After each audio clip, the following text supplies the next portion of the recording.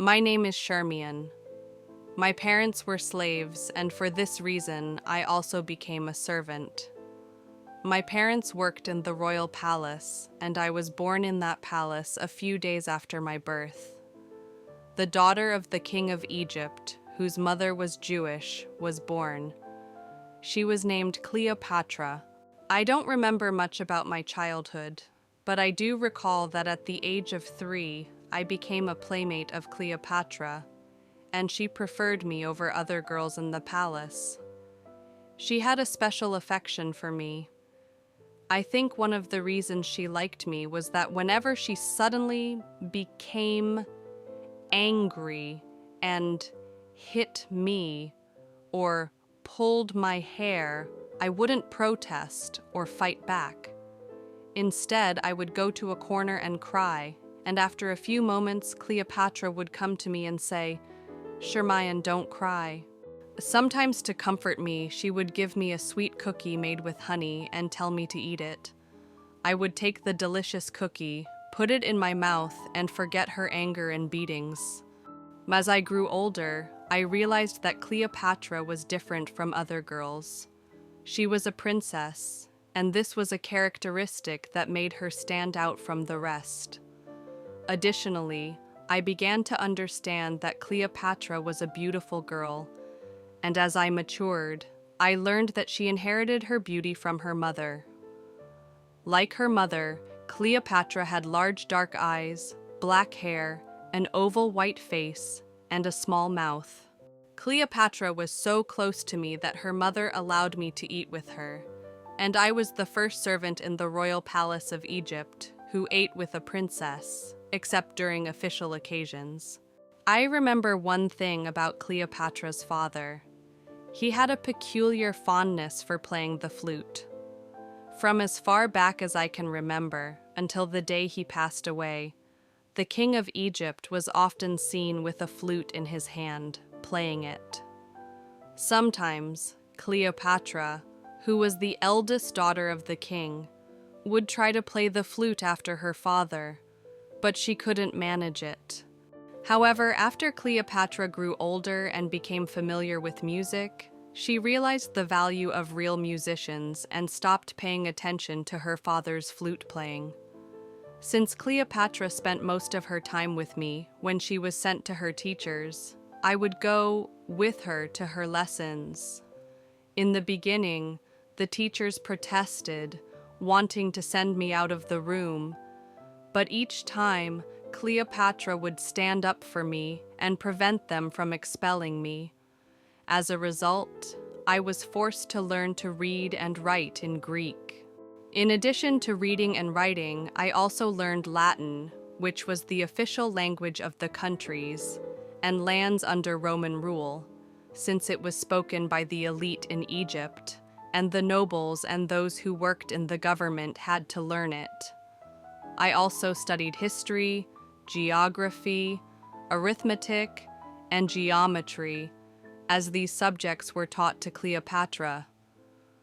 However, I didn't make progress in the ancient Egyptian language and script, which was reserved for scholars and priests, as I didn't have the talent for it.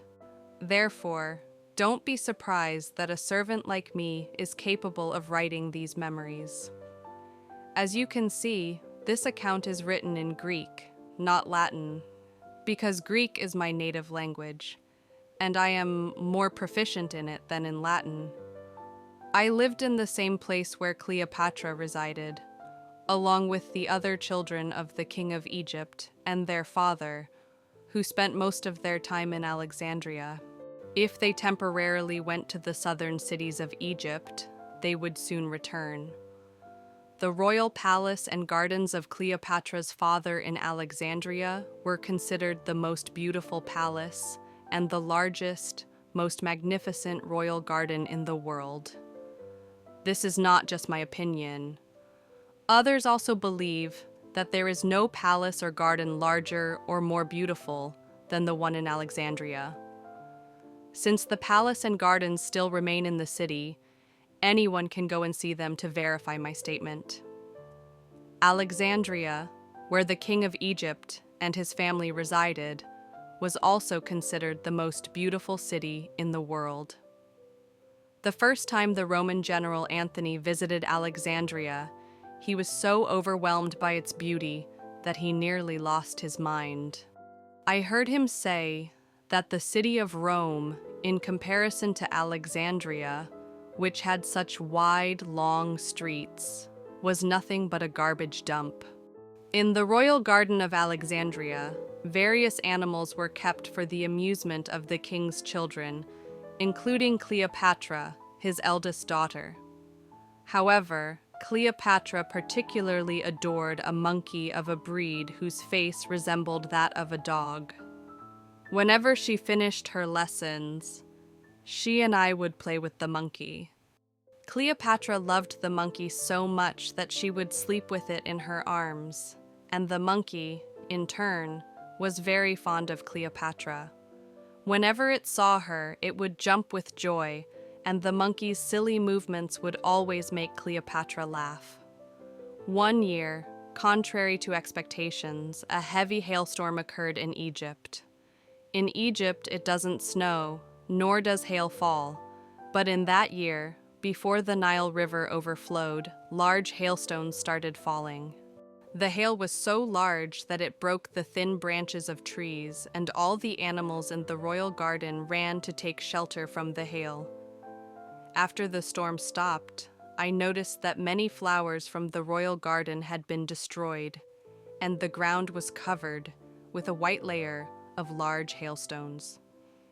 Cleopatra's monkey ran and rolled on the hail, grabbing the hailstones and scattering them around. However, after some time, the cold from the hail affected the monkey, and it began to shiver. I took the monkey inside and began drying it with dry cloths, following Cleopatra's orders. The monkey, which had been shaking from the cold, warmed up and started to play, but that night it became sick and moaned until morning. The next morning, Cleopatra summoned the court physician and asked him to examine the monkey. The doctor said the animal had a fever and needed medicine to recover, but the medicines were ineffective, and soon the monkey began coughing severely. The doctor then explained that Cleopatra's monkey had contracted pneumonia, which was a dangerous illness for monkeys, and it was rare for them to survive it. 3 days later, while I was holding the monkey in my arms, I suddenly felt its body become heavy, and its eyes opened wide. Though I was still a child, I understood that the monkey had passed away. When Cleopatra learned that her beloved monkey had died, she cried, and her father ordered that the monkey's body be embalmed and buried to prevent it from decaying. As per Cleopatra's request, the monkey was buried in the royal garden. None of the palace servants were as close to Cleopatra as I was, and the reason for this was that Cleopatra didn't consider any of them worthy of sharing her personal secrets, because none of the other servants in the Egyptian court were literate and could read and write. Some of them didn't even know if Rome was to the north or south of Egypt. Among all the servants in the palace, I was the only one who knew Latin and could speak with my princess about history and geography. As we grew older, although some of the noble women of Egypt became Cleopatra's attendants due to their status, Cleopatra didn't consider any of them worthy of confiding in. Cleopatra never hid any secrets from me, and I was privy to all the details of her life. I can say with confidence that no one knew Cleopatra as well as I did. But since I was a servant, I was not considered an official attendant of Cleopatra, and my place during ceremonies and feasts was among the servants. When I reached adulthood, I initially thought Cleopatra was unique.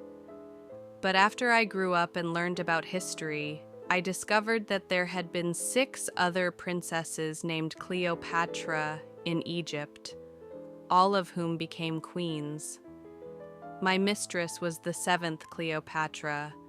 However, there was a major difference between Cleopatra, my mistress, and the previous queens of Egypt who bore the same name. Cleopatra, my mistress, was a modern woman. I don't know from what illness Cleopatra's father, the king of Egypt, passed away. He was known as Ptolemy, like his ancestors, and 12 previous kings of Egypt had borne the same name. Cleopatra's father was Ptolemy the 13th, but the people of Egypt also called him the flute player, because he constantly played the flute. In my opinion, the king of Egypt's obsession with playing the flute was a form of madness. It's rare for a person to play the flute throughout their life, but Cleopatra's father suddenly stopped playing the flute for several days, and everyone realized he was ill. Whenever the king of Egypt became ill, he would stop playing the flute.